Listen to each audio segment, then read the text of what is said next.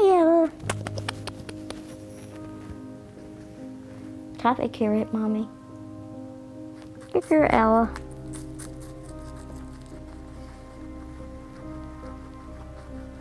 When did we get Ella? Last year. When we were on our way home from what? DuPont. From one of your MRIs? Right? We fell in love with her? Yeah. MRIs. Yeah, remember it was your MRI day. IV day. MRI day. It's MRI. When you go get your scans. Yeah.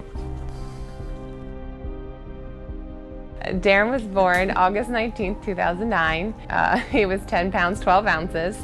And he was our butterball for sure. When he was 6 weeks old, we noticed that his eye was deviating to the side, and we weren't really sure what was going on. As the ophthalmologist looked in his eye, she kind of got a little bit quiet. She went back out and she came back in and she said, I see something behind his eye. We're just gonna send you downstairs to get some imaging to test, to figure out what this is. I think she left us in that room for what felt like forever.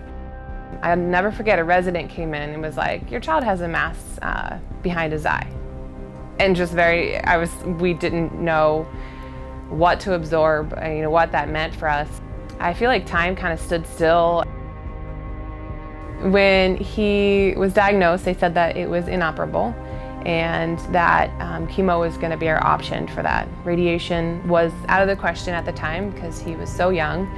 I think at first our goal was, let's get this cancer out of our kid's head. I think that was definitely like what our goal was and our anticipation. We didn't realize that we would actually be living a life with a child with cancer and just managing it.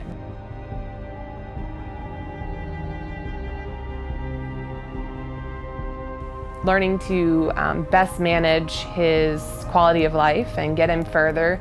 And the thing was to get his brain more developed, to get him older, and also to have more treatments on the horizon as he got older that would give us great options for one day him being cancer-free.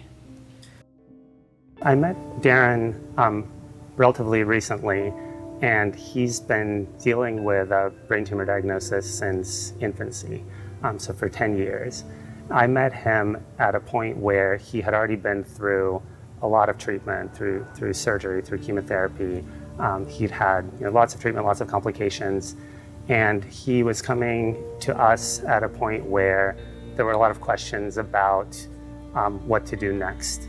So what we were able to do is conduct some very sophisticated genetic tests on his tumor, come up with a particular treatment that we feel very optimistic about for his specific tumor type, and then collaborate with his treating team back home to plan a course of treatment that makes the most sense for him and his family. The most important thing I feel CCF does is to help kickstart projects, research projects, that the federal government wouldn't be giving money towards. CCF funds those kickstart projects. I got a CCF grant 2 years ago, and it was one of the first research grants that I received that really drove my transition from fellowship to independence on the faculty.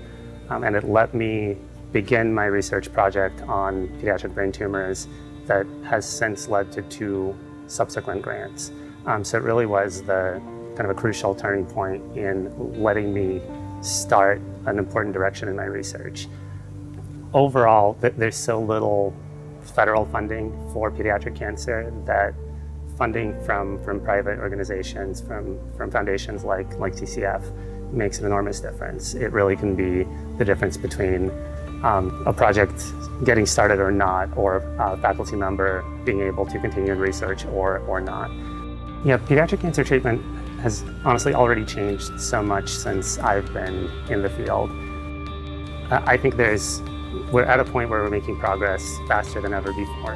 I think it's not overly optimistic to think that even 5 years from now, the landscape will be very, very different.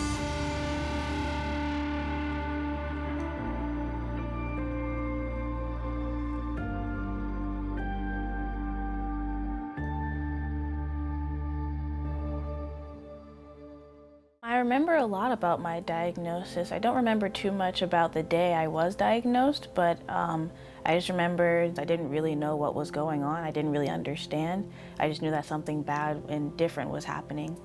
I remember also never really liking spinal taps because they happen so frequently, and I would always have to get up really early in the morning, rush down to the hospital, and then we would wait for hours before I was actually seen, and I couldn't eat within that time.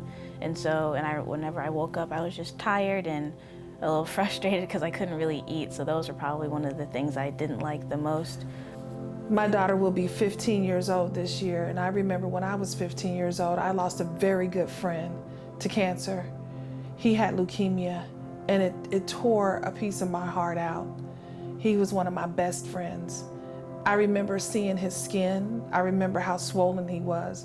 I remember taking 2 buses to the hospital to see him, and I had mustered up all this courage to tell him that I loved him. It was the purest kind of love at 15. But I said, no, I'll tell him the next time I go to the hospital. That time never came because the treatments were not as advanced as they are today. So when my daughter was diagnosed with cancer, I was afraid. I remembered Barney, but I also remember the chief of pediatric surgery. She leaned across the table and she said, look, we're gonna melt this. We got this. And I felt such comfort, strangely as it sounds, that upon hearing my own child has cancer, that doctor has so much confidence that she almost made me a guarantee, which no doctor ever will do, but she came as close to it as she could because she believed in the protocol because of the amount of research that had already taken place. And so we are grateful for what research has done. It has allowed me to spend more time with my child. Ring this bell 3 times well. It's told to clearly say, my treatment's done, this course is run, and I am on my way.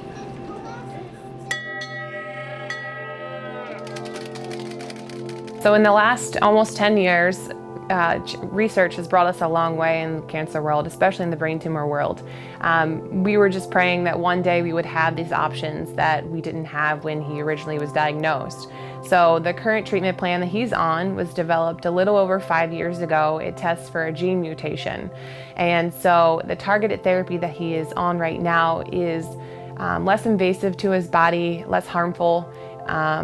It doesn't require a port or a line, which is really nice. It's all oral chemo, and it works more targeted to the tumor instead of just blasting his whole body. And that's something that we didn't have when he was originally diagnosed. And this is something that the doctor said, research will advance and we will get to the point where there's more options for him down the road. Buying time doesn't really sound great when you're talking about your kid, but at the same time, the treatments that we went through, while they didn't shrink his tumor greatly, it did get us to this point, and his quality of life has been pretty amazing despite all of his obstacles. My name is Jerry Chadwick, and I am the president of the Children's Cancer Foundation. I joined the board of directors 25 years ago. One thing that we have learned from the researchers that we support is that there's not likely to be a silver bullet for pediatric cancer because the underlying causes are so unique. What that means is that the Children's Cancer Foundation has supported a very broad spectrum of different pediatric cancers.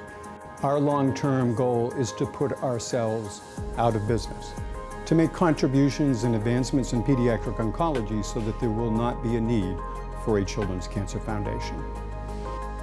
I say all the time, I wish I could give somebody my view on life after going through something like this without giving them the trauma from it. It definitely changes your outlook. There's little things that don't matter. Our house isn't always clean, but you know what? Our kids are happy and they're healthy. Things like that. So it definitely changes your way of thinking what actually matters, what doesn't matter.